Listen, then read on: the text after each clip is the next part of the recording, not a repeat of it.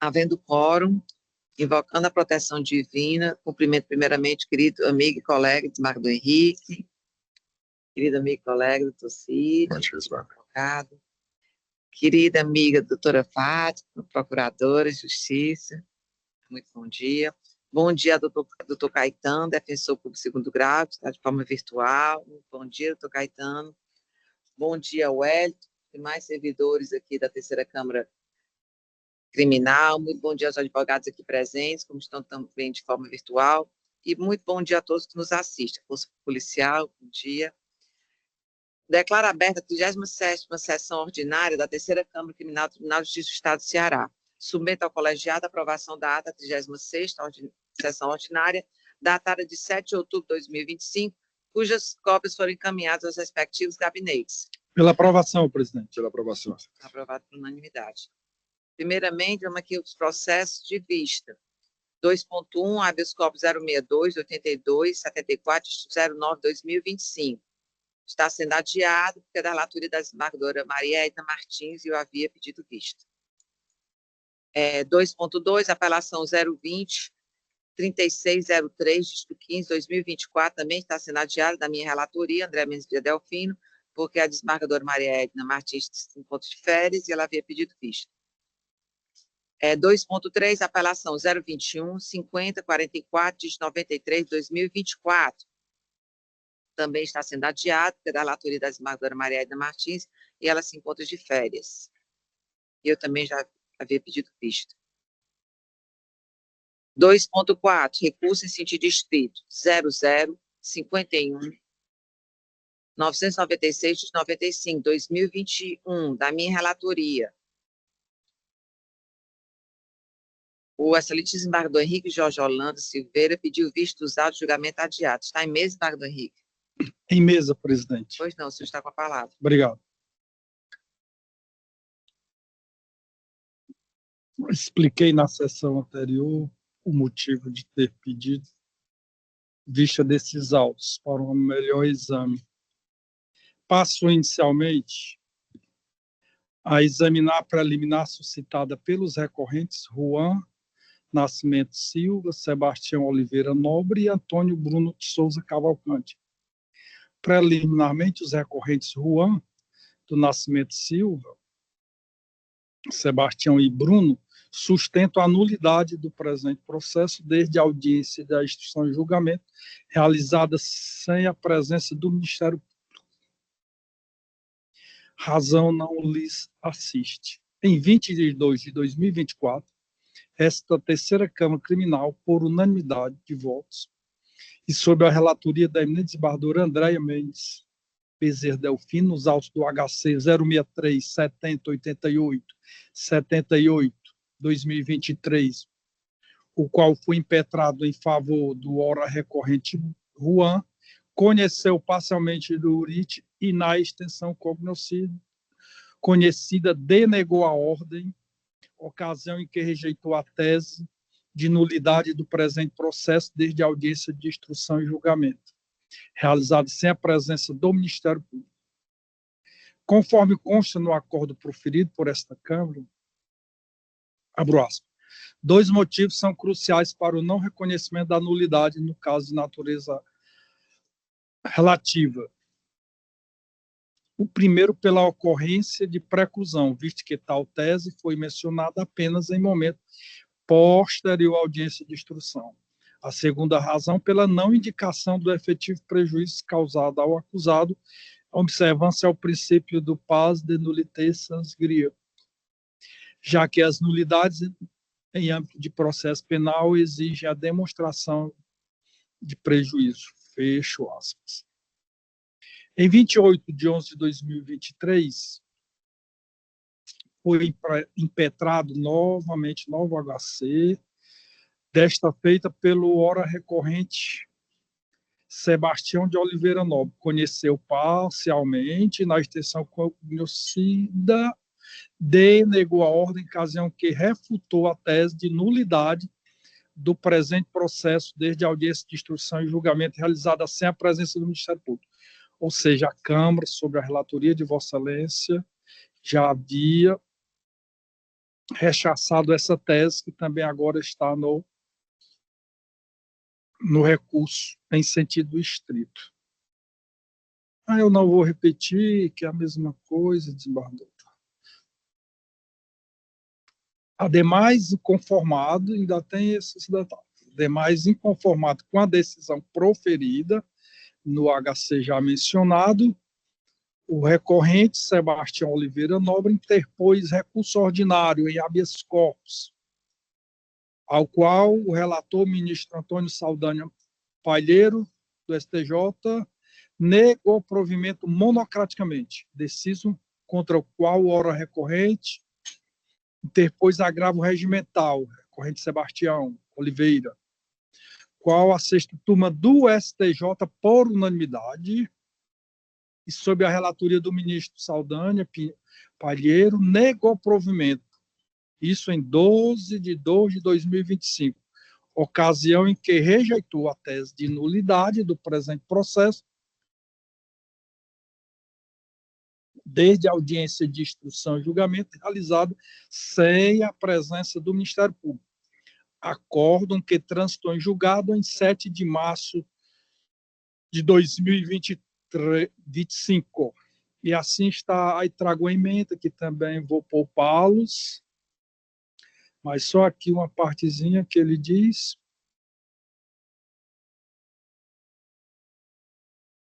a jurisprudência da sexta turma do Superior Tribunal, seguindo a orientação jurisprudencial do Supremo Tribunal Federal, assentou o entendimento de que o reconhecimento de nulidade penal reclama efetiva demonstração, que mesmo que Vossa Excelência já mencionou em seu bem lançado voto. Não vou despiciendo fazer maiores observações do acordo do ministro Antônio Saldanha, porque Vossa Excelência já apresentou tudo isso em seu voto. Dessa forma, relativamente aos recorrentes, Rua e Sebastião, a questão já foi decidida, tendo havido, inclusive, conforme restou dito, manifestação do STJ, o qual ratificou o que foi deliberado por esta terceira Câmara Criminal.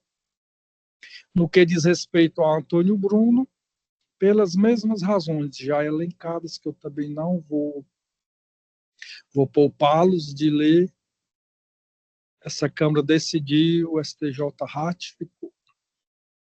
Aí trago aqui as emendas, todos os votos do STJ, que eu também, para ganharmos tempo, não vou, e outros julgados do STJ.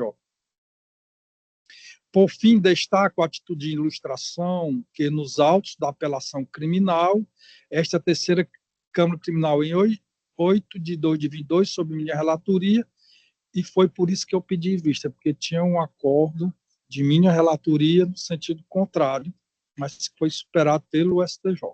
Sob a minha relatoria, e por unanimidade, deu provimento ao recurso apelatório defensivo para anular o processo desde a audiência, havendo, todavia, o STJ dado provimento ao recurso especial interposto para afastar essa nulidade e determinar o retorno dos autos a este tribunal para que prosseguisse na análise das demais teses ventiladas no recurso. Ou seja, em 3 oportunidades, o STJ rechaçou essa nulidade.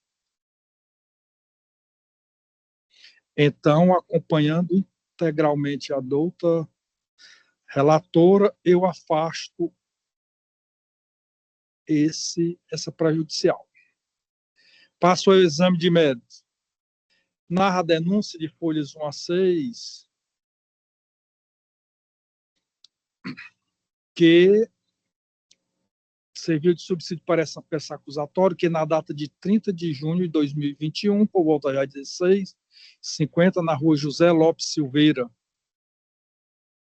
número 113, bairro Centro, Grande Banabuiú, na cidade de Banabuiú, Ceará, pessoa de Francisco Denilson da Silva Ferreira, conhecida como Irmão Sombra, foi vítima de homicídio consumado, crime este executado por 7 indivíduos que adentraram no imóvel e a surpreenderam com disparo de arma de fogo, culminando no seu óbito.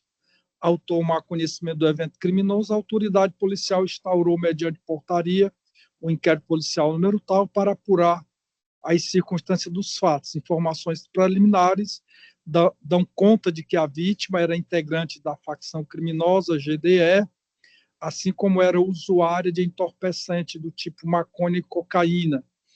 Por fim, surgiu a alegação de que Francisco Denilson devia a quantia de R$ 1.000 para a caixinha da organização criminosa, termo para especificar uma espécie de contribuição para a facção, para as despesas com honorários, dentre outros, sendo este o motivo para o seu homicídio. A vítima encontrava-se em sua residência na companhia de Maria Clarice da Silva Lopes, testemunha ocular dos fatos, oportunidade em que viu os denunciados, com exceção de Paizão e acrescido o menor Liedson de Souza Cavalcante, que armados efetuaram os disparos de arma de fogo. A menor Maria Clarice conseguiu visualizar os executores e reconheceu todos sem sombra de dúvidas. Apontou algumas armas utilizadas no crime, bem como seus respectivos portadores, conforme comprovado em declarações prestadas às folhas 12 e 13 dos autos, conforme referida a vítima Aninha. Portava uma pistola, Liedson um revólver, aí vai descrevendo aqui a denúncia. Eu vou avançar para ganharmos tempo. Na fase inquisitória, a folha de 19, a testemunha ocular MCDS afirmou que estava em sua residência quando, juntamente com seu primo Francisco Denilson, quando chegaram 7 pessoas, sendo reconhecidos todos sem sombra de dúvidas. As pessoas conhecidas, aí cita aí os nomes dos acusados. Em juízo, a testemunha ocular MCDSL disse o seguinte: no dia, ele, ofendido, tinha acabado de chegar em casa, que estava com ele na mesa comendo, que estava sentado com ele conversando, quando do nada, na hora em que ele ia pegar o liquidificador para bater uma vitamina para fazer para ele, apareceu 7 pessoas, que ele foi virando para trás. O João deu 2 tiros nele, que teve um que pegou aqui, apontou para o antebraço, e o outro pegou no braço, que depois de 2 tiros, meu primo desmaiou em meus braços. Quando ele foi desmaiado, o Branquinho deu mais 2 tiros, e nele o Zezinho deu outro, que eles deram os tiros e depois saíram, que as 7 pessoas saíram e falaram: a gente deveria voltar para matar ela também, e deram mais 2 tiros para cima e saíram. Que depois que eles saíram, a polícia chegou para tirar o corpo dele. Fizeram perguntas para mim, que depois que saiu da delegacia, foi só em casa buscar as coisas e saiu da cidade, porque se ficasse na cidade também morreria. Que João falou que iria matar se ficasse na cidade, que preferia ter morrido com a vítima do que estar sofrendo. Que sua mãe está sofrendo ameaça, que a pessoa que saiu da cadeia esses dias, o Juan, a mulher dele está ameaçando minha mãe, falando que é melhor para a família, que a declarante tire o nome de todas as pessoas do depoimento da justiça, deixando todos em paz. E se não tirasse o nome deles, sua família iria morrer, especialmente sua mãe. Que Samara chegou na porta da casa de sua mãe falando um monte de coisas. Essas coisas que falou, que também foi falando que a declarante deveria, inclusive, tirar o nome do João, que é a pessoa que atirou, a pessoa do próprio sangue.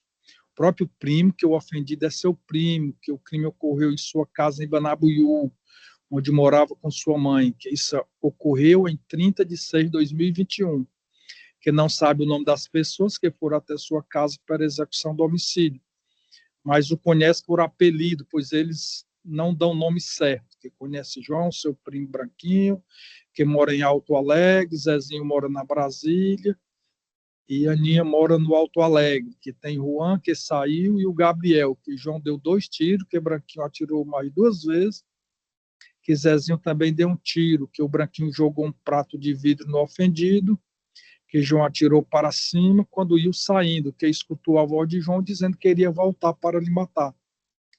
Que antes do ofendido chegar na sua casa, o Zezinho e o Juan foram lá na casa de moto, pegar o ofendido e o levar até a casa do Branquinho, no Alto Alegre. Fizeram uma roda, eles 7 deram uma pisa nele. que foi utilizada uma tábua com um monte de prego, que o ofendido chegou na sua casa todo vermelho e inchado, mal conseguindo andar direito. Na delegacia, eu vou poupar os senhores também de ler. Em juízo, para irmã da vítima, também mencionou que não presenciou o fato, destacou que os autores do crime possuem o seguinte modus operandi: leva o alvo para dar uma pisa e depois retorna para matar dentro de casa. Relatou que a vítima tinha sido agredida e depois os agentes mataram a vítima. Indicou que a esposa de Juan foi até a residência de sua tia para ameaçar esta. Também tem um depoimento em juízo de MGC, que afirmou tudo nesse mesmo sentido. Também vou poupá-los de...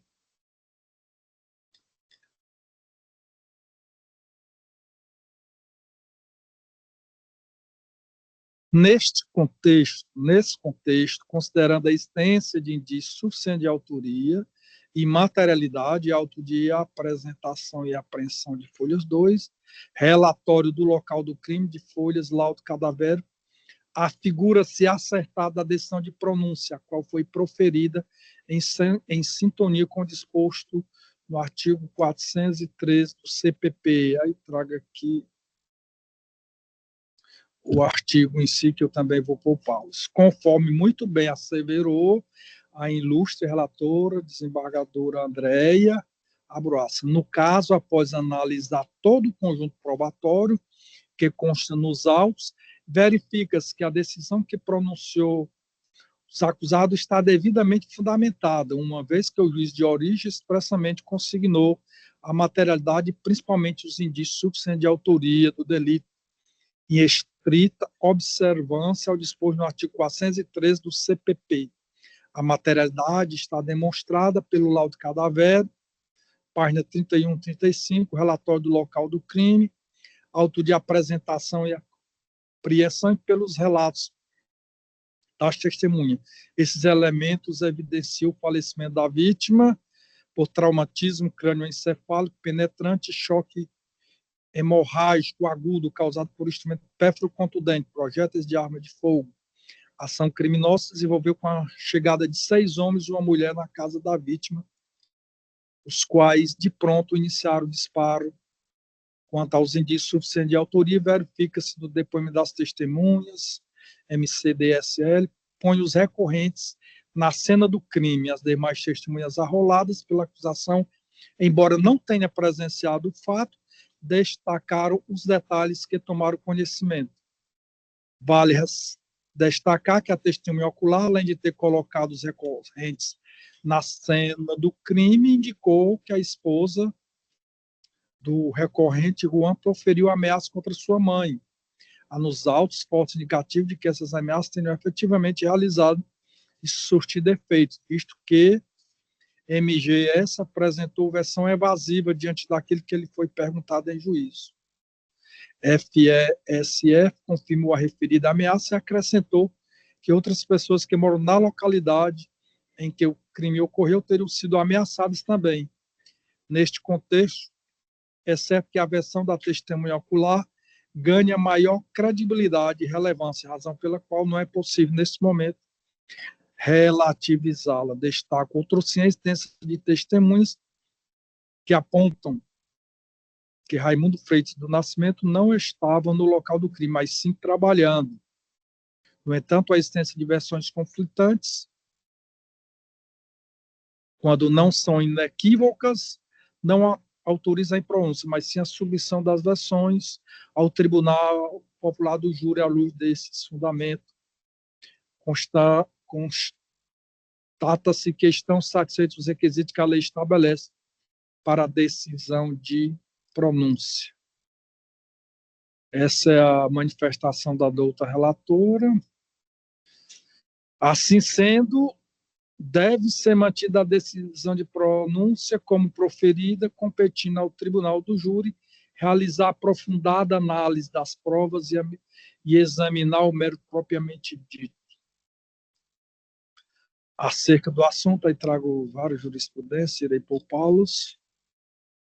Diante do exposto, adiro integralmente o bem e judicioso voto proferido pela doutora relatora. É como voto, senhora presidente. Muito obrigada, Espadão Henrique. Então, o doutor Cid já havia votado, Exatamente, né? Excelência, acompanhando a relatoria. Então, por unanimidade. Muito obrigada. Declaro julgar todos os processos que não tenham divergência ou pedido de preferência, sustentação oral, cujos votos provisórios, respectivos eminentes relatores, regularmente disponibilizados, efetivamente votados por unanimidade pela respectiva turma. Passaremos o julgamento dos processos com preferência de sustentação oral, observando a preferência das inscrições, cujos advogados do defensor público encontram-se presencialmente. Solicito ainda a atenção e todo cuidado quanto aos processos que se encontram em segredo de justiça, sendo vedado o pronunciamento dos nomes das partes, devendo ser citados apenas as iniciais dos nomes. Vamos primeiro apreciar os processos de extra-pauta.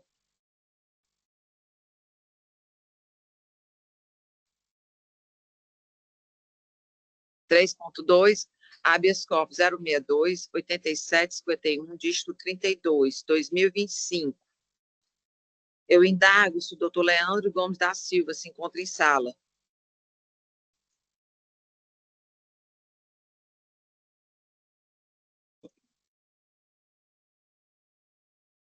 É de preferência deficiência visual.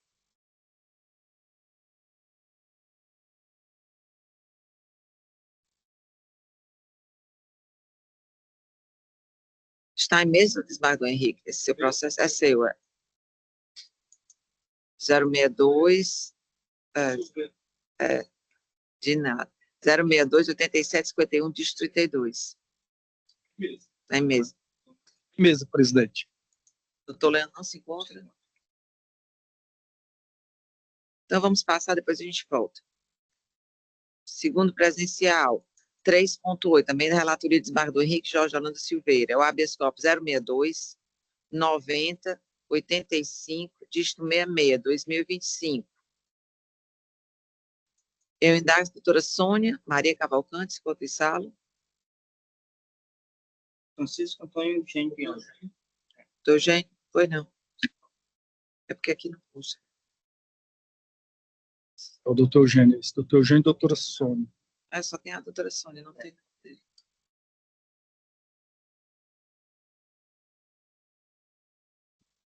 Doutor Eugênio? Chamou.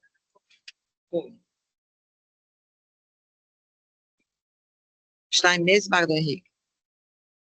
Em mesa, presidente.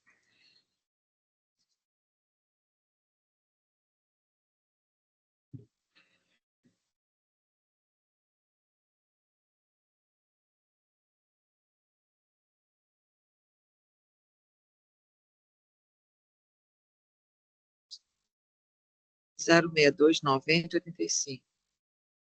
85, 66.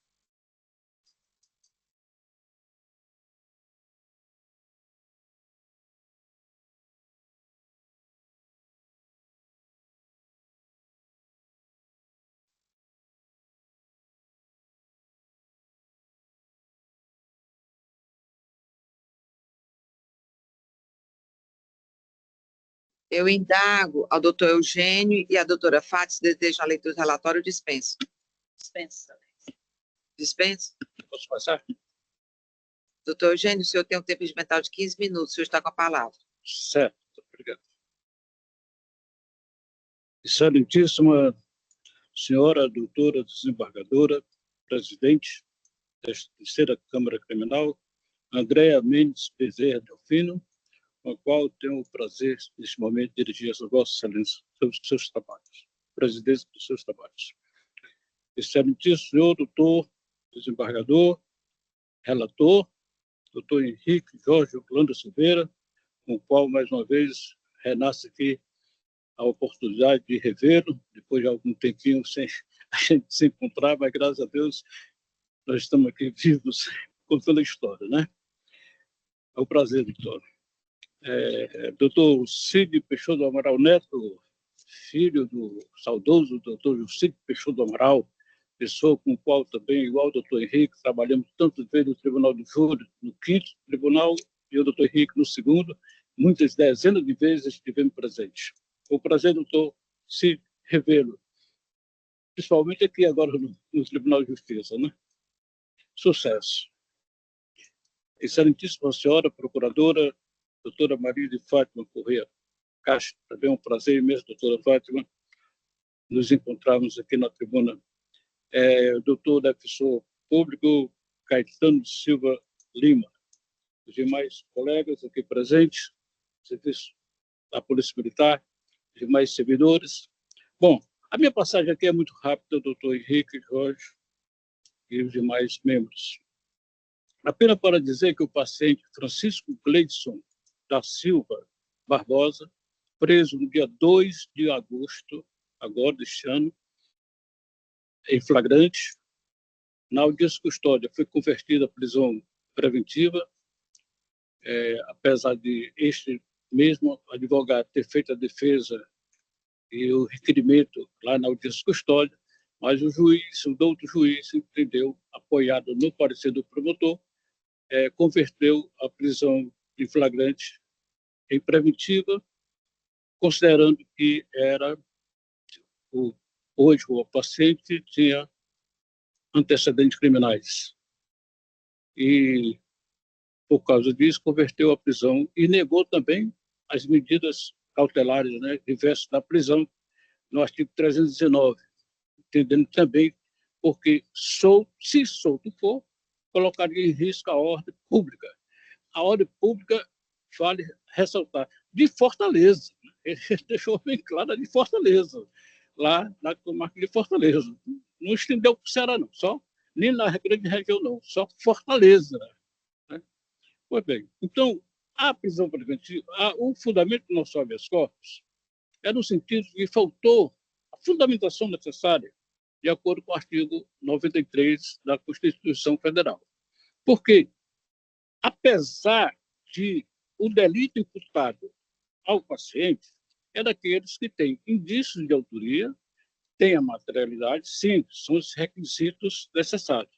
Assim como o quanto da pena em abstrato, que a pena maior é superior a 4 anos.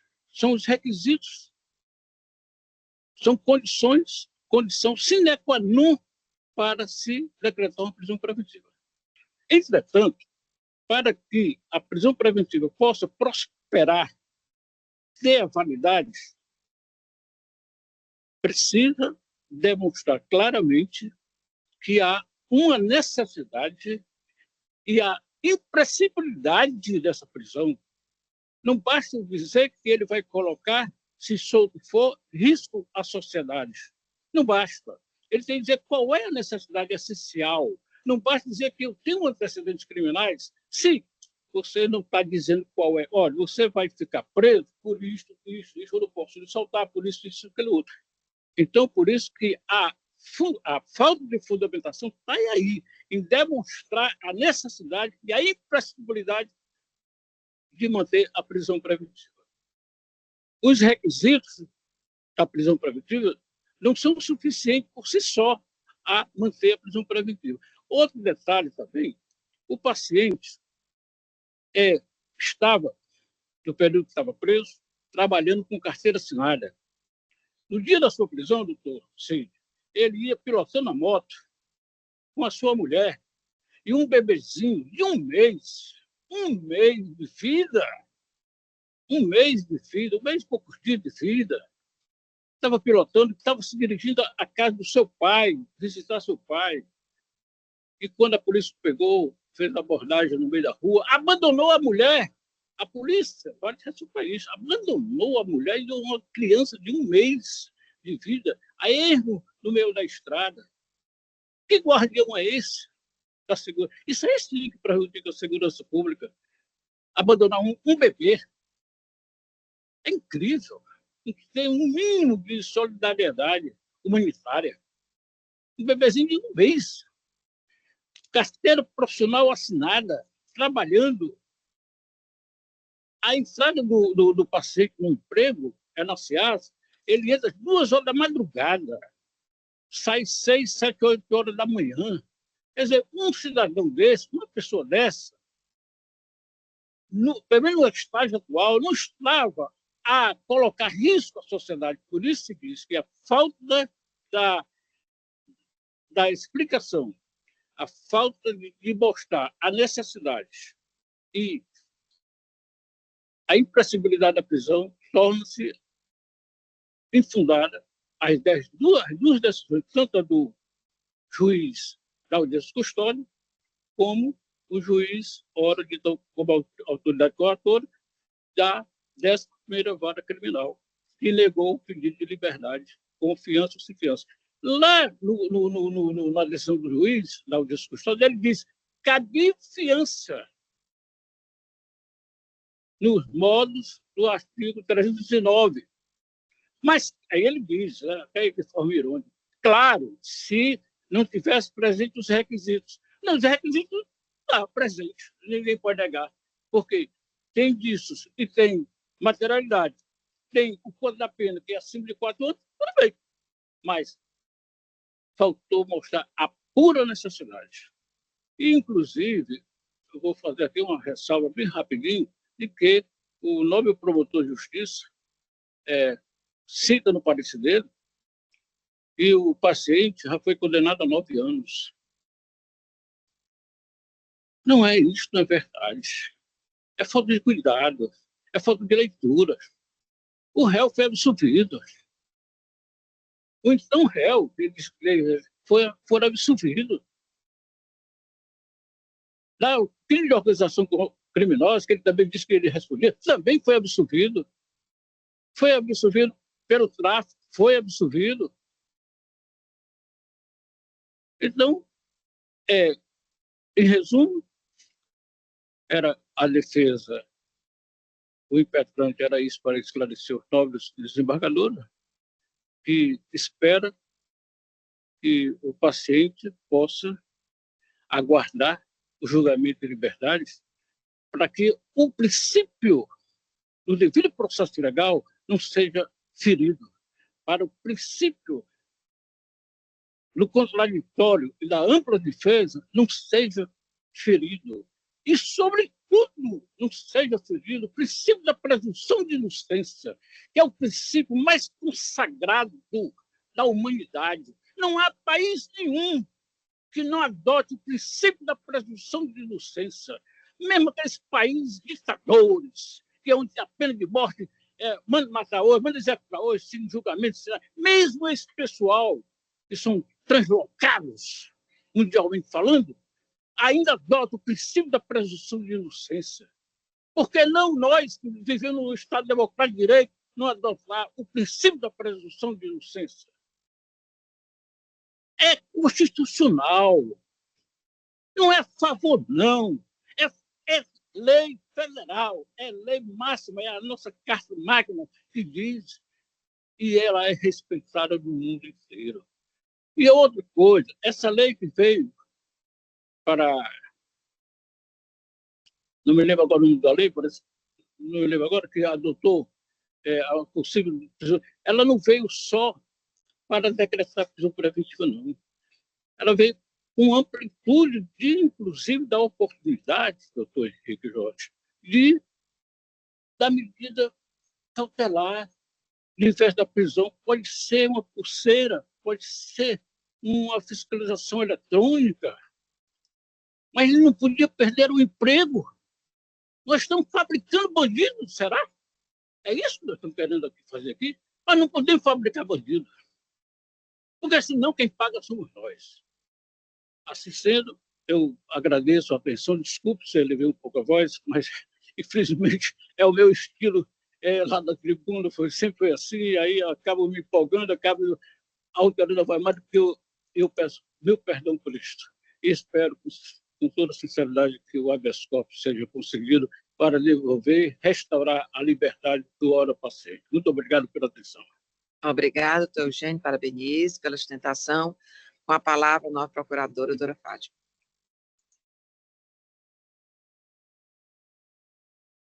Quero prestar meus cumprimentos aos integrantes da desta Igreja, terceira Câmara Criminal, a senhora presidente, desembargador Andréa Mendes Bezerra, desembargador Henrique Jorge Holanda e o juiz convocado, doutor Cid Peixoto do Amaral. Cumprimento também o ilustre advogado, doutor Francisco Antônio Eugênio Viana, doutor Wellington, secretário da terceira Câmara. Meu cordial bom dia. Eu peço licença a Vossa Excelência para ler a ementa. O parecer foi elaborado por mim mesmo, então eu lerei a ementa.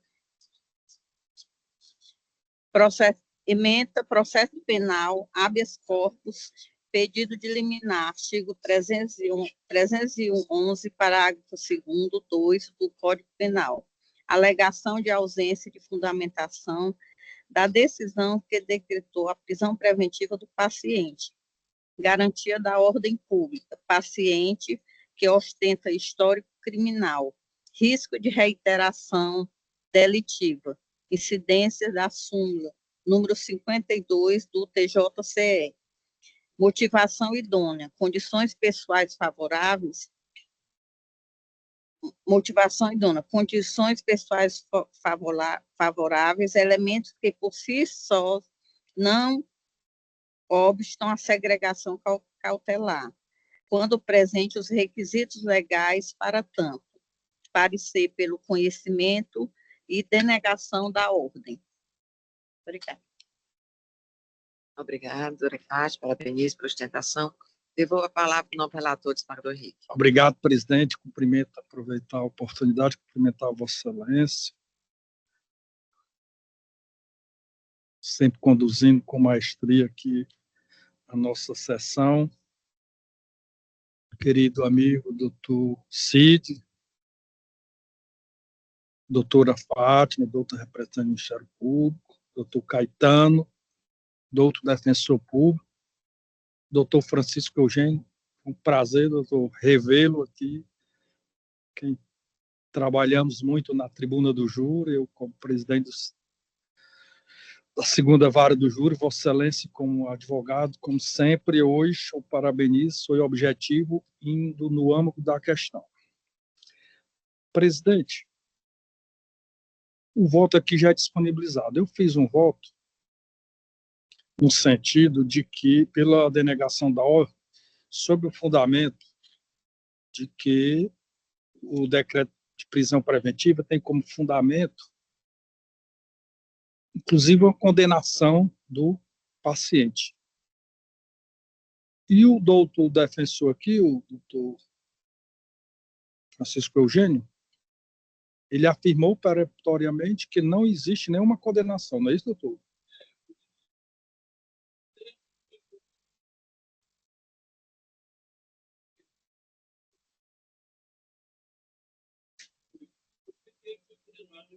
Mas a pena para 3 anos e meses. Ele acaba cumprindo integralmente a pena ao presente, porque foi para a execução final com a pena de 9 anos.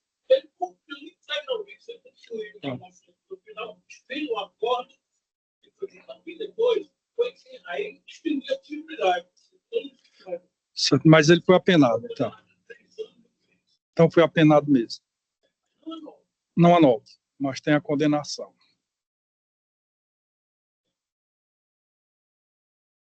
Então eu vou, como já foi disponibilizado o voto, eu vou ler aqui só as razões de decidir.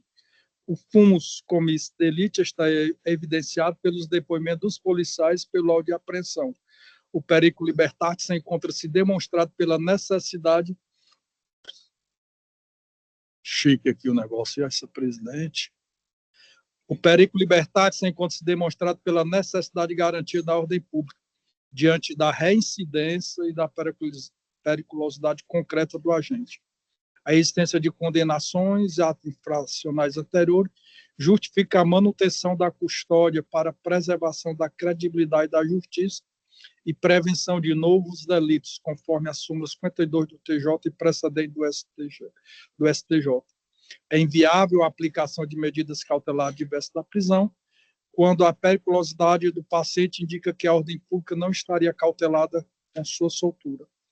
A alegada desproporcionalidade entre a prisão preventiva e eventual regime de cumprimento de pena não prospera, pois a análise do regime é matéria a ser examinada apenas em sede de sentença, habeas corpus conhecido parcialmente, na parte conhecida, denegada é como voto, senhora presidente. Obrigada, desembargador Henrique. Nós já tivemos o acesso, né, o inteiro do seu voto. Eu ratifico o meu voto provisório, acompanho integralmente o eminente relator. Como voto, doutor Cid? Presidente, ratifico o voto provisório já exarado anteriormente, acompanhando a doutora relatoria do desembargador Henrique. Obrigado. Então, por unanimidade, habeas corpus parcialmente conhecido e denegado. Obrigada.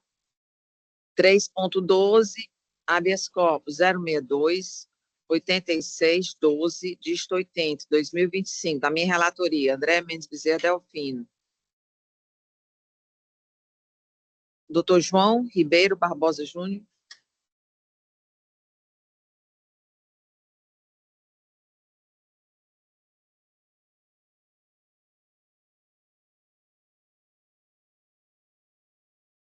Eu indago, doutor João e a doutora Fátima, se desejam a leitura do relatório, dispenso.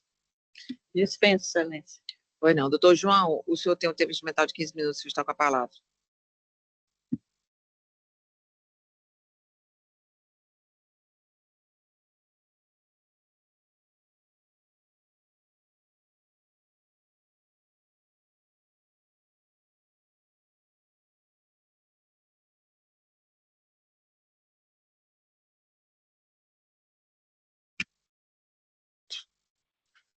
Colenda, Terceira Câmara Criminal, que eu saúdo aqui em nome da presidente, da relatora do HC, a doutora desembargadora Andréa Mendes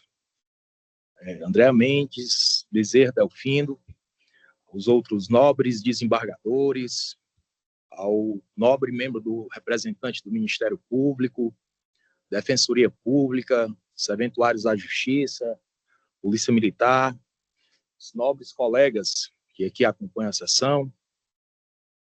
Estou hoje aqui para falar em nome do paciente Francisco Charles de Abreu Pessoa, um senhor idoso de 71 anos de idade, casado, pai de 4 filhas, engenheiro agrônomo, concursado do Estado do Ceará pela Secretaria de Agricultura, um homem de vida ilibada, sem uma mácula criminal em sua vida, até o fatídico dia desse acontecido.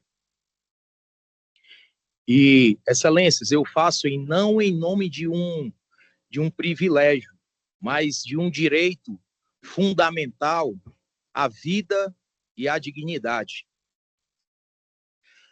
Antes de ser preso, o senhor Francisco Charles já havia passado 18 dias em coma, 17 dias em UTI, e vivia necessitando diariamente de cuidados médicos.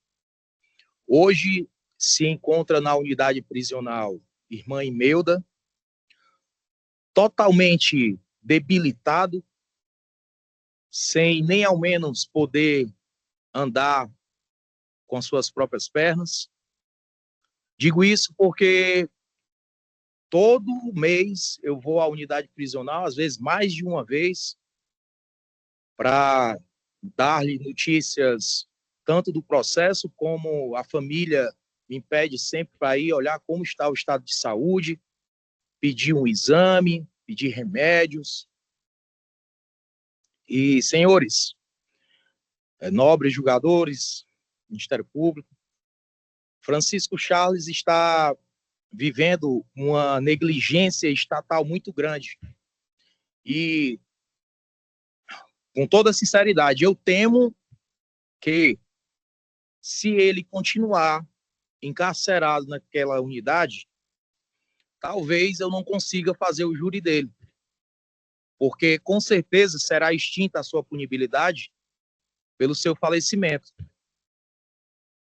Francisco Charles tem encefalite, neuropatia degenerativa, epilepsia, depressão profunda, dentre outras patologias.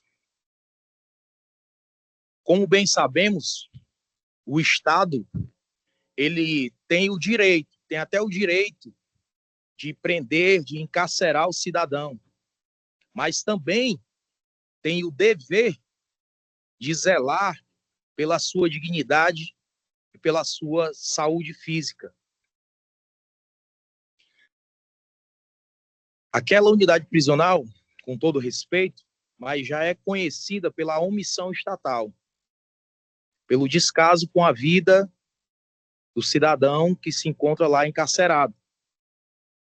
Há pouco tempo, inclusive, colacionei até na própria peça do HC um atestado do óbito de um senhor da mesma idade, na verdade 1 ano a menos, 70 anos, que faleceu naquela unidade, também após vários pedidos da defesa, que era minha colega, a doutora Patrícia, e todos foram negados, e ele chegou a falecer na unidade prisional. O paciente teve sua prisão decretada em 2023, portanto, há 2 anos.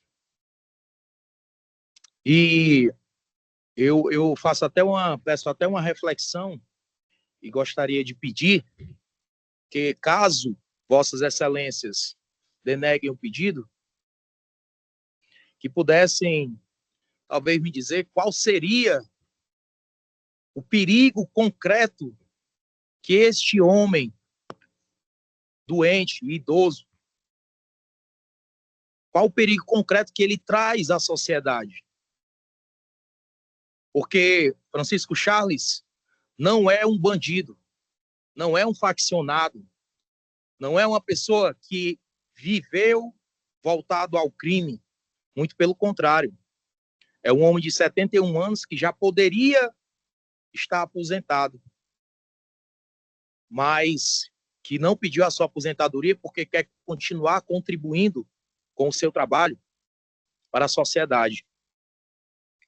Eu gostaria de saber também se Francisco Charles ameaça testemunhas, se ele estava ocultando provas na instrução processual, se ele estava preparando uma fuga,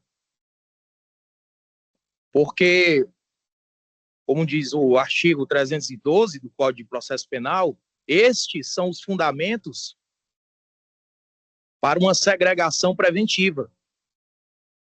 Não se trata de do perigo em abstrato do crime. Aqui, sei que não cabe provas ou uma dilação probatória maior, mas o fato que aconteceu foi devido a justamente seu Charles estar lutando pela sua vida, mandou tirar realmente a vida de um cidadão que houvera tentado tirar dele, que o próprio executor, o próprio pistoleiro, chegou para ele e disse que ia receber certa quantia para praticar o seu homicídio. Então, Excelências, o que eu quero só frisar e deixar claro aqui é que não se trata de uma pessoa voltada à criminalidade, não se trata de um bandido. Que todos nós, às vezes, estamos sujeitos a passar por alguma certa vicissitude na vida e sujeito a essas intempéries. Então, Excelências, o que a defesa pede encarecidamente é que olhem com mais cuidado para essa questão, por ser uma pessoa que realmente eu temo que eu não consiga fazer esse júri dele, ele continuando lá. E eu peço aqui, eu rogo que pelo menos uma prisão domiciliar. Por que não? Qual o perigo que esse homem traz à sociedade se ele for solto depois de 2 anos preso? Cadê a contemporaneidade dos motivos que ensejaram a prisão? Não existe, excelências. Por isso, eu rogo aqui que possam conceder uma prisão domiciliar com tornozelamento eletrônico, com todas as outras cautelares do artigo 319, se for o caso, porque o artigo 319 entrou no nosso ordenamento jurídico em 2011 para que justamente se pudesse ter várias alternativas para o não encarceramento. E, por incrível que pareça, de lá para cá, parece que o número de prisões preventivas só aumenta. Então, excelências, esse é o pedido da defesa. Prisão domiciliar, monitoramento eletrônico, todas as cautelares que os nobres julgadores acharem necessários, mas que preservem a vida, excelência. Porque eu estou lá, eu sei realmente como está a situação dele.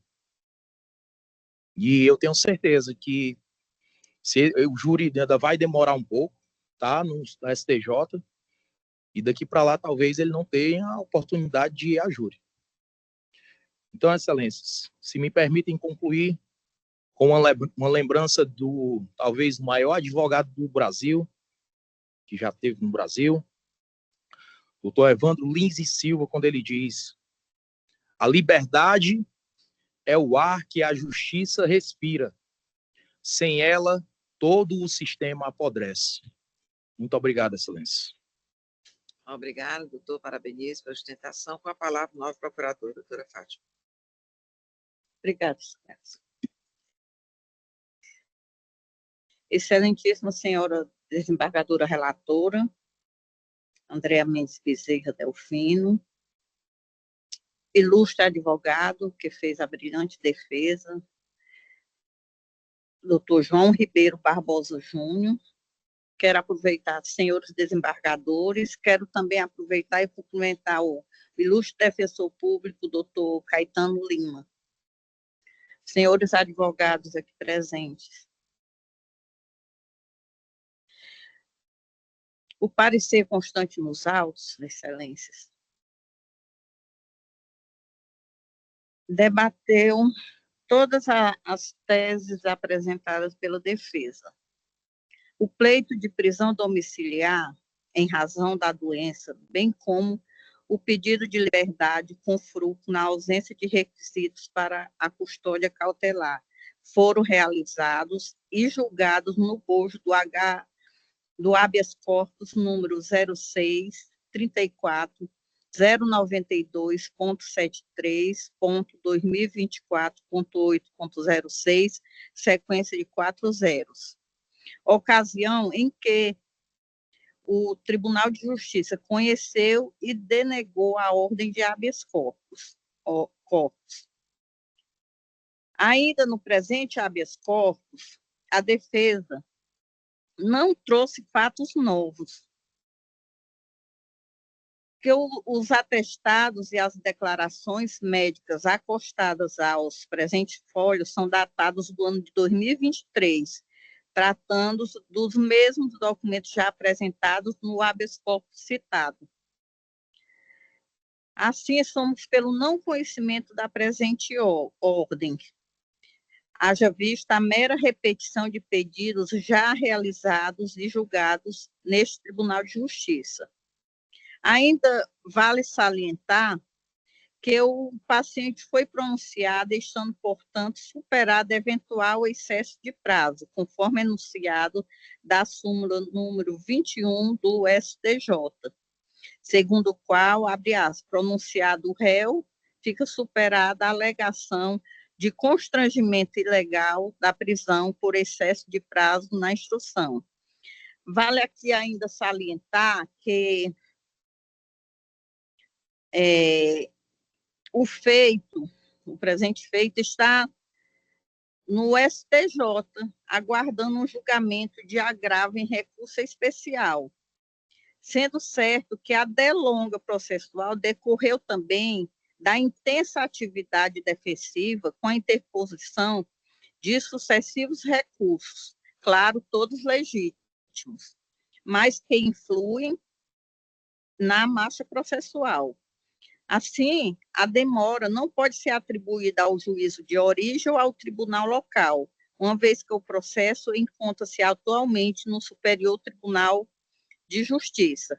Assim, Excelência, somos pelo não conhecimento da ordem de habeas corpus. Obrigada. Obrigada, doutora Fátima, parabenizo pela sustentação.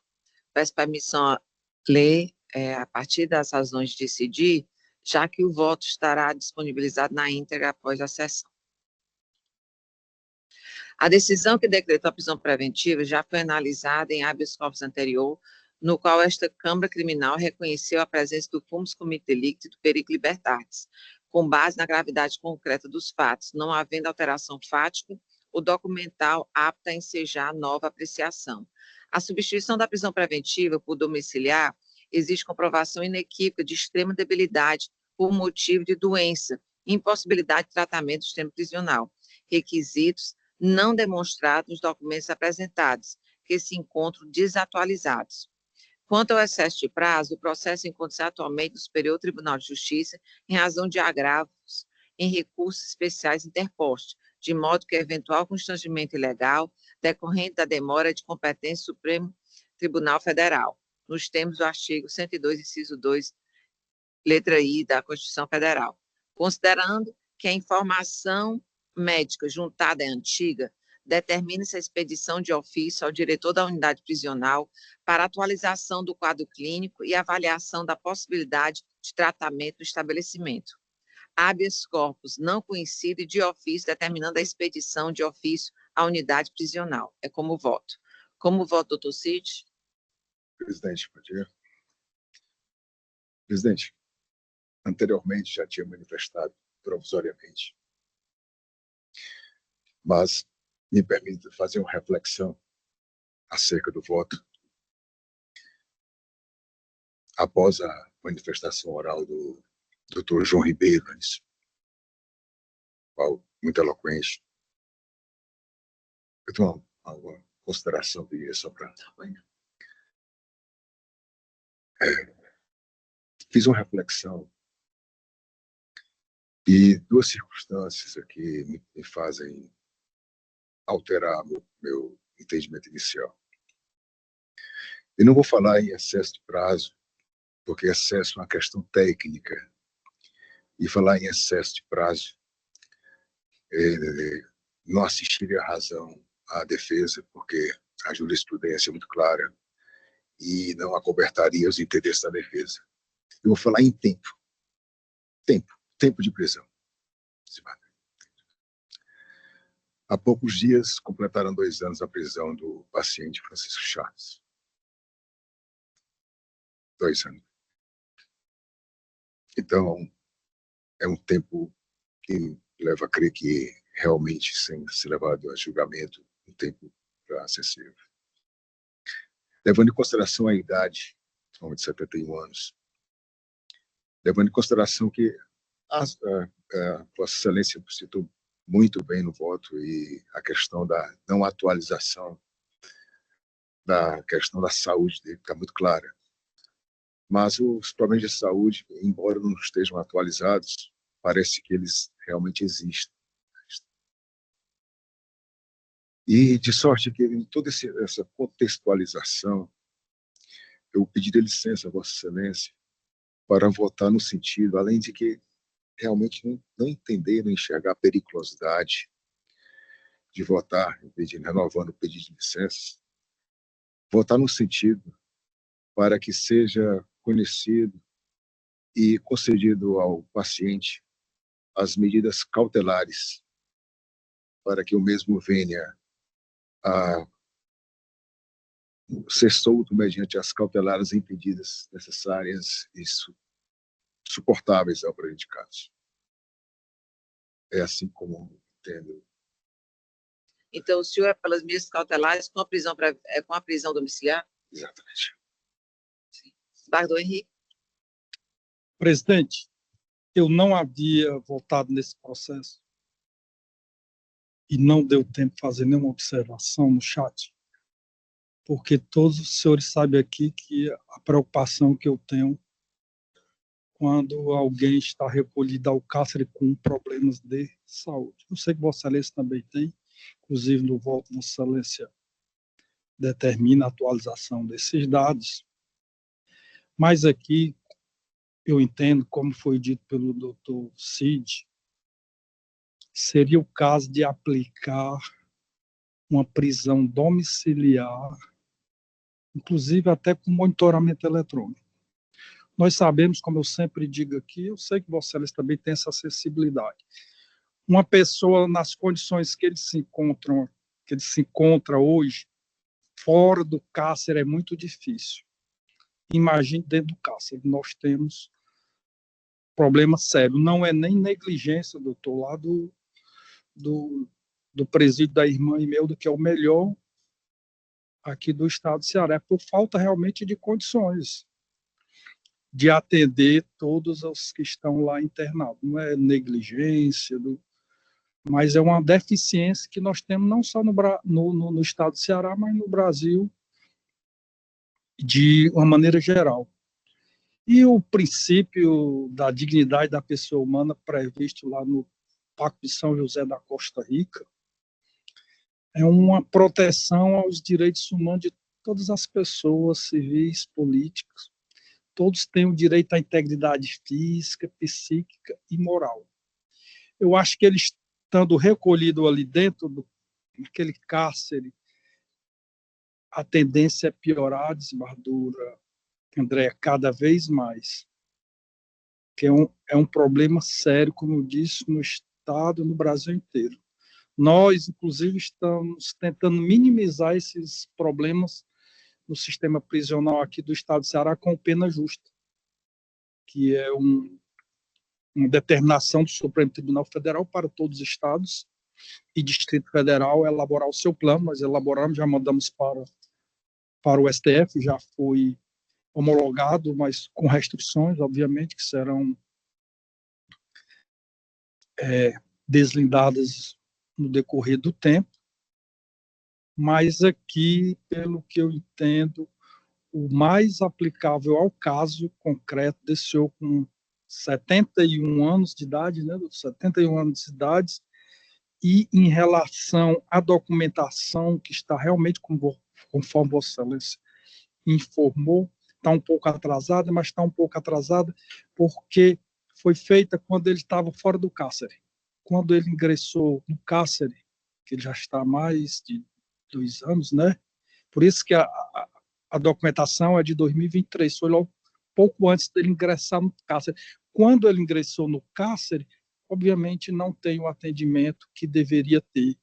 Por isso que o Excelência, com toda a razão, diz que está desatualizado. Está mesmo, mas é por esse motivo, porque depois ele foi recolhido logo em seguida, em 2023, ao cárcere, e obviamente não teve mais o atendimento que ele tinha fora do cárcere. E todas essas enfermidades que ele tem, não precisa ser um médico para constatar que são coisas graves, muito graves, essa doença que ele acomete. Então, eu voto no sentido de prisão domiciliar com monitoramento eletrônico, etc. Aquelas todas as condições que nós costumamos aqui fazer. É como voto, senhora presidente. Pois não, eu vou acompanhar as ponderações feitas, né, por Vossas Excelências, né, e nos termos, né, do Mardo Henrique, e eu vou, né, modificar para prisão domiciliar, né, com monitoramento eletrônico, né, as demais medidas cautelares. Excelências, me permita a palavra novamente. Agradeço desde já ao dos nobres desembargadores, doutor André, dizer que justamente isso que o doutor falou. Se for ver, eu colacionei também vários e vários e-mails pedindo esclarecimentos. E o sistema penitenciário não mandaram nada. Então não tem como fazer exame, não tem como ter um cuidado adequado. Então, Excelência, só agradecer, muito obrigado e um bom dia a todos, um bom trabalho. Obrigada, bom dia. 3.17, habeas corpus 062, 9.009, dígito 42, 2025, da relatoria do Dr. Cid Peixoto do Amaral Neto.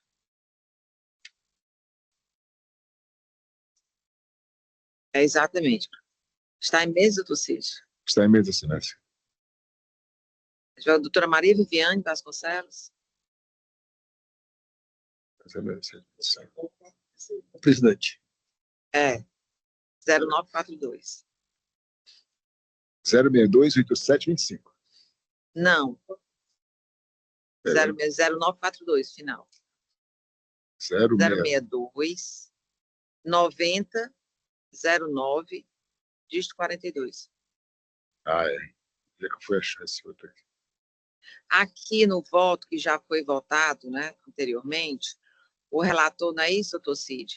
Ordem conhecida e concedida para estender ao paciente os efeitos do habeas corpus. É isso. 062 38 64 05, né? Substituindo a prisão preventiva e pelas medidas cautelares previstas no inciso 1 a 4 do artigo 319.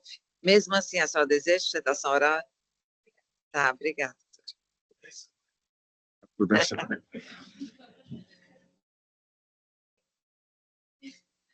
Eu vou só proclamar aqui logo o resultado do 3.2, o habeas corpus, que o advogado não vai poder estar presente, mas eu vou proclamar o resultado. É daquele voto do habeas corpus da relatoria do desembargador Henrique, 062 8751, dígito 32, 2025. Habeas corpus não conhecido. 3.1, habeas corpus 062 83 03 de 59, 2025. Eu indago se o doutor Rafael Gonçalves Mota se encontra em sala.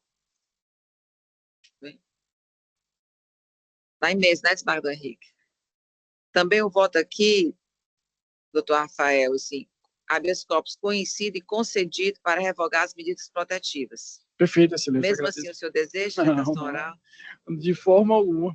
Qualquer coisa, agora usarei o direito constitucional de ficar calado. Obrigada. Muito obrigado. Só agradecendo essa doutoríssima. Seria um prazer ouvi-los, né? Não, mas é uma satisfação. Muito obrigado. Foi não. Encerramos aqui a parte extra-pauta. Vamos agora para o processo de pauta.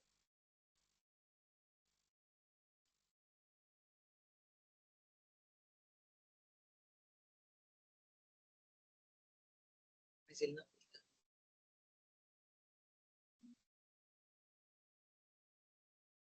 Apelação 4.55, apelação 0045 225, dígito 37, 2019. Doutor Flávio Jacinto da Silva se encontra em sala?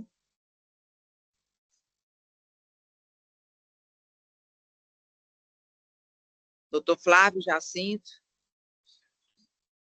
Já foi tudo votado. Recursos conhecidos e parcialmente providos. Já vou proclamar o resultado. Tá, pois não.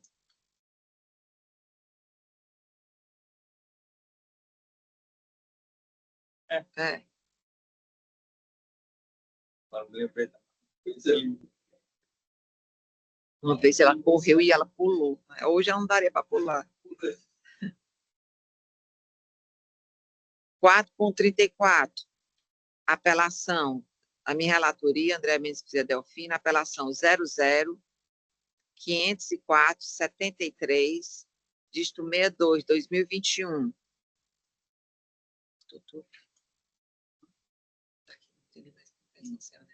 Eu indago se o doutor Túlio Magno Gomes Ribeiro se encontra em sala. Sou presente, excelência. Bom dia. Bom dia. Eu indago ao doutor Túlio e à doutora Fátima, se deseja a leitura do relatório ou dispensa. Dispensa, excelência. Dispenso também. Doutor Túlio, o senhor tem um tempo mental de 15 minutos, o senhor está com a palavra. Obrigado, excelência. Meu mais caloroso bom dia, senhora desembargadora presidente, relatora desse processo, demais jogadores, a quem devoto todo o meu respeito e reconhecimento por todas as suas histórias desenvolvidas no campo jurídico aqui no nosso estado, outros representantes do Ministério Público, da Defensoria Pública, nobres colegas, Força Policial. Pois bem, eu venho aqui, Excelências, sustentar de forma vou ser muito breve, mas sustento aqui o pleito simples, já concretizado nos autos, de forma espontânea até, o pleito de perdão, de homologação do perdão judicial concedido pelas vítimas. Meu cliente é um médico, meu cliente, à época desses fatos, narrados na denúncia e replicados na sentença, vivenciava um momento de extremo trauma, afinal, tinha acabado de perder o pai, depois de, tanto ele quanto a Rochelle, que é a vítima, a irmã dele, depois de uma exaustiva luta contra um câncer. Então, era um momento de extremo pesar da família, um trauma sem nenhum precedente anterior para eles. Então, essa era a tônica que eles vivenciavam naquele momento de desentendimento familiar. Mas o fato, Excelências, é que o perdão no transcurso do processo foi concedido, e não foi concedido simplesmente por uma situação artificializada. Ele foi concedido por conta de uma reaproximação familiar, por conta de um entendimento espontâneo que eles tiveram entre irmãos, entre família.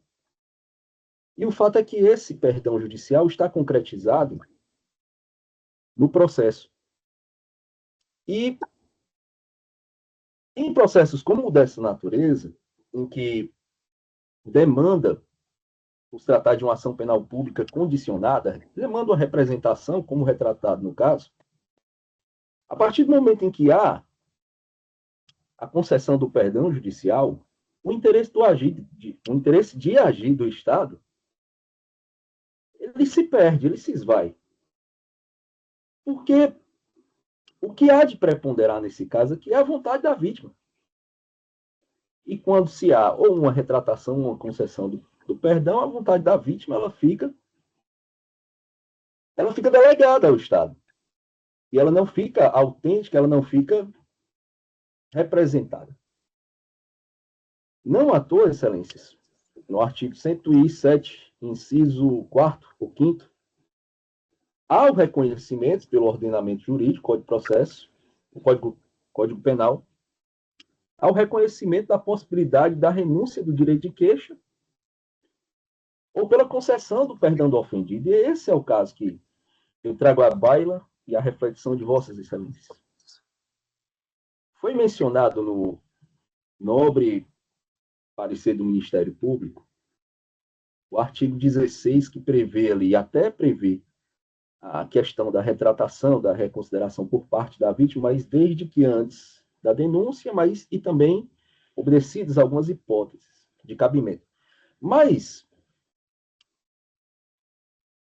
rogando venha para, de alguma maneira, confrontar esse posicionamento do Ministério Público, nós temos que nem de longe isso pode representar um fator, um vetor impeditivo. Afinal, a jurisprudência ela é muito clara com relação à manifestação de vontade da vítima. Então, ela guardou uma evolução. Nós tivemos ali o cuidado também de transmitir na nossa peça recursal e de defesa. E outro ponto, se Vossas Excelências me permitem também, e aí eu trago também a reflexão, o fato de, a partir do momento que a família, numa reunião familiar, corriqueira, normal, de todos que compõem um núcleo familiar, eles se sentam à mesa para confraternizar, para, enfim, se reunirem, não é normal que o processo seja um fator de constrangimento ou de insatisfação. Não é normal. Foi o que virou esse processo. Os irmãos se olham, se veem, se abraçam, mas mesmo assim fica aquele sentimento, poxa, aquele processo ainda está em tramitação, embora não seja da satisfação e da vontade de nenhum deles, o prosseguimento do processo, mas o fato é que ainda tramita, esse processo gera consequências. Consequências para além de penais, dos aspectos penais, mas consequências são injetadas ali no núcleo, no cotidiano da família. Então, por isso eu trago essa reflexão, Excelências, e ponderando também que o processo penal não pode ser um fim em si mesmo. Desde a época da faculdade, a gente escuta que o processo penal busca a paz social. Trazendo para a realidade desse caso, será que a paz social não foi restabelecida? Será que o núcleo familiar não foi restaurado? Então, é isso que eu trago à baila, Excelências, e submeto à reflexão, para dizer que o perdão ele foi concretizado de forma natural, espontânea, escrita, sem vício de vontades. E nessa tônica e nesse sentido, a defesa entende e assim projeta que a extinção desse processo para o núcleo familiar, para o bom convívio e cotidiano das vítimas e do ofensor defendido, não tenho dúvida que a extinção do processo é a melhor e mais recomendável saída. Então, nessa tônica que a defesa vindica o provimento do recurso de apelação para fins de chancelamento e homologação do perdão naturalmente, espontaneamente concedido pelos ofendidos. Muito obrigado, e aqui eu encerro, Excelência. Muito obrigado. Muito obrigado, doutor. Parabenizo pela sustentação. Com a palavra, nova procuradora, doutora Frauda.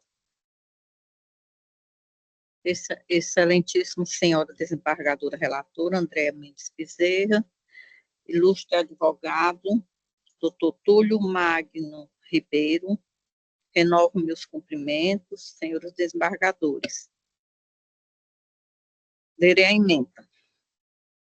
Direito penal e processo penal, apelação criminal, crime de ameaça em concurso formal, violência doméstica e familiar contra a mulher, Lei Maria da Penha, pedido de extinção de punibilidade por perdão das vítimas, após sentença condenatória, não acolhimento, impossibilidade de retratação da representação após o oferecimento da denúncia, inaplicabilidade do artigo 16 da Lei número 11.340/2006, termo de perdão extemporâneo, inadmissibilidade de aplicação analógica do perdão do ofendido nos crimes de ação penal pública condicionada, segurança pública e proteção à vítima, titularidade da ação penal pertencente ao Estado, prevenção à impunidade, combate à violência doméstica, sentença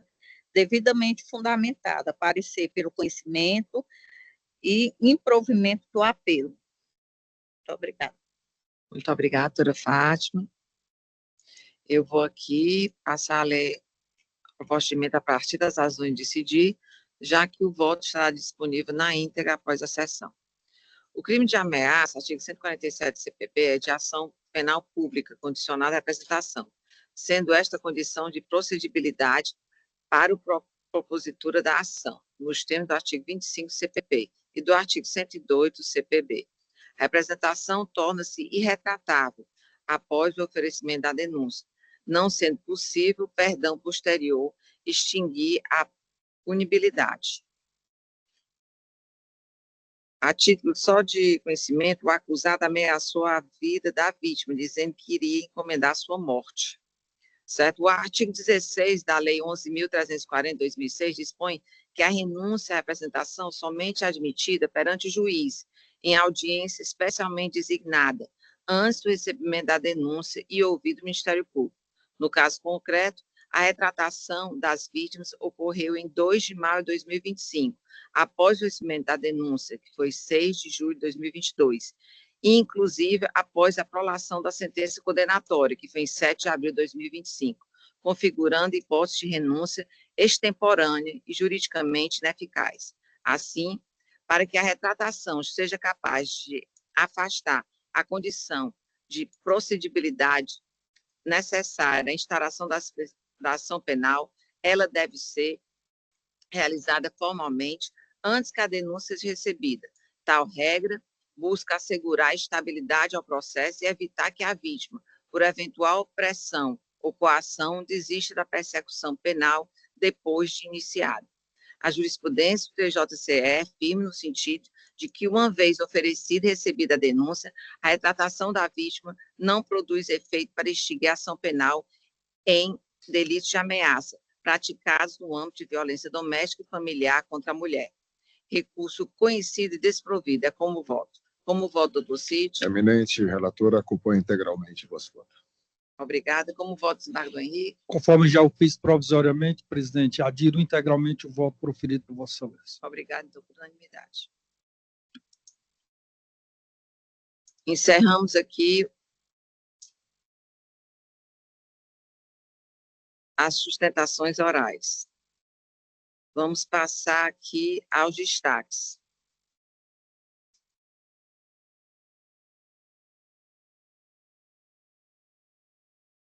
Quatro ponto 1, apelação 03-45-35, dígito 25, 2017, da minha relatoria. Foi adiado, né? Está sendo adiado. 4.21, apelação 00-37-279-09-2022. Também da minha relatoria, estou retirando de pauta. 4.30, apelação 020-26-55, dígito 83-2023. Também da relatoria, estou adiando. 4.46, recurso de distrito 020-23-12, dígito 49-2024, também estou adiando.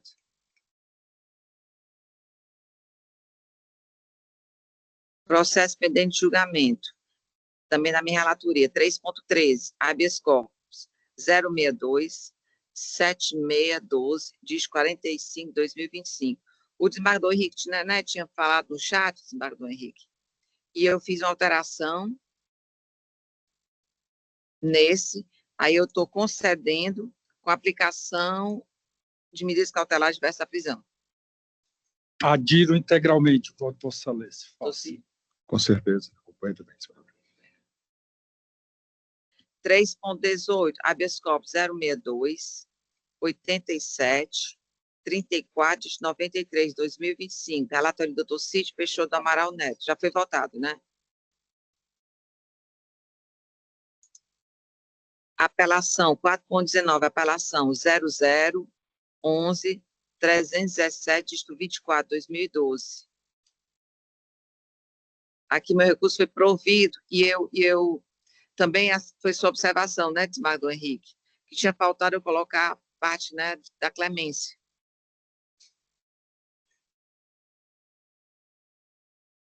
O 1724.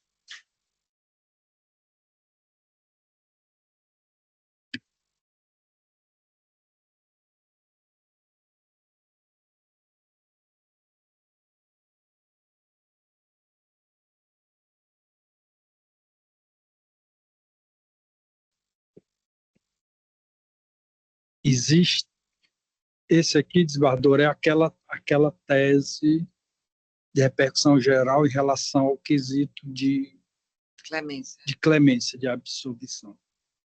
Na tese, ressalta que se foi o item 2. Até bati uma foto aqui. Foram duas teses firmadas lá no... Só botar aqui, ó. Aqui eu bati uma foto hoje.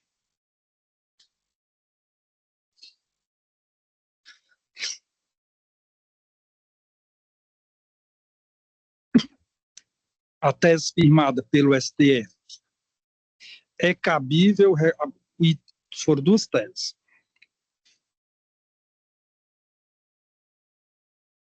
É cabível o recurso de apelação com base no artigo 593, inciso 3, a linha D do Código de Processo Penal, nas hipóteses em que a decisão do Tribunal do Júri amparada em quesito genérico foi considerada pela acusação como manifestamente contrária à prova dos autos. Aqui vem o 2.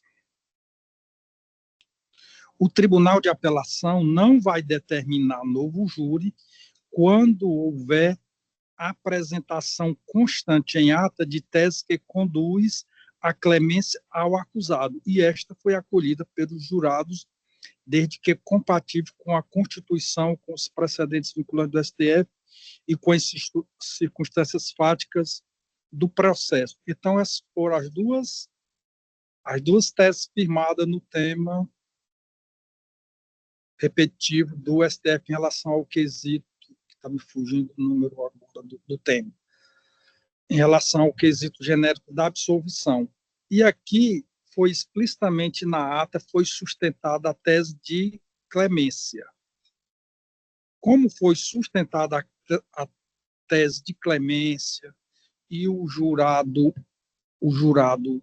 acolheu essa tese, no meu sentir, tem que ser mantido a absolvição, que foi decidido pelos seus jurados, porque é diferente do quesito genérico da absolvição, quando não se tinha nenhuma referência à clemência, né? Reconhecia, às vezes, a tese era de negativa de autoria, reconhecia a negativa de autoria, e lá no quesito da absolvição, por qualquer motivo, era reconhecido. Mas aqui não, aqui está exatamente de acordo com o que foi decidido por STF no item 2. Tá certo. Então, eu vou incorporar o seu voto, viu, Edmar? Perfeito. Alterar. Pelo desprovimento, né? Pelo desprovimento. Pelo desprovimento. Obrigada. 4.54, apelação 0200. Já está votado? 4.56, apelação 012. 012, 64, 30, dígito 25, 2018, da autoria do Dr. Cídio Peixoto Amaral Neto. É o 30, 25.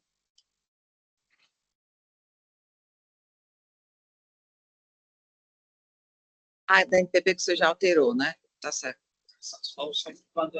Não, mas o Edmar do Henrique também, ele já explicou, né, Edmar do Henrique? Isso vai achar da NPP. Que já tinha sido em primeiro grau. Tá? O senhor fez a... Já fiz toda a correção. Né? Então,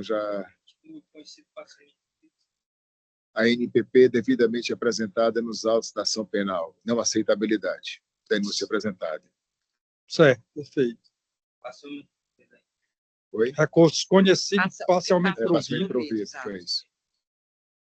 4.69. Já foi votado? Então, pronto, né? Encerramos os destaques. Né? Vou pedir só para trazer o bolinho.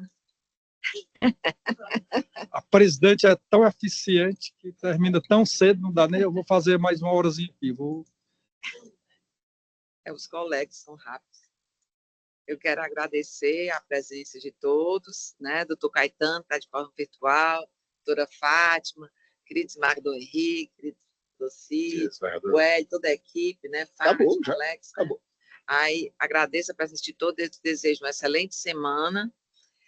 Deus nos ilumine, nos abençoe. Declaro encerrada a presente sessão. Muito obrigada. Obrigado. Boa tarde a todos. Foi um prazer. Boa semana. Boa semana.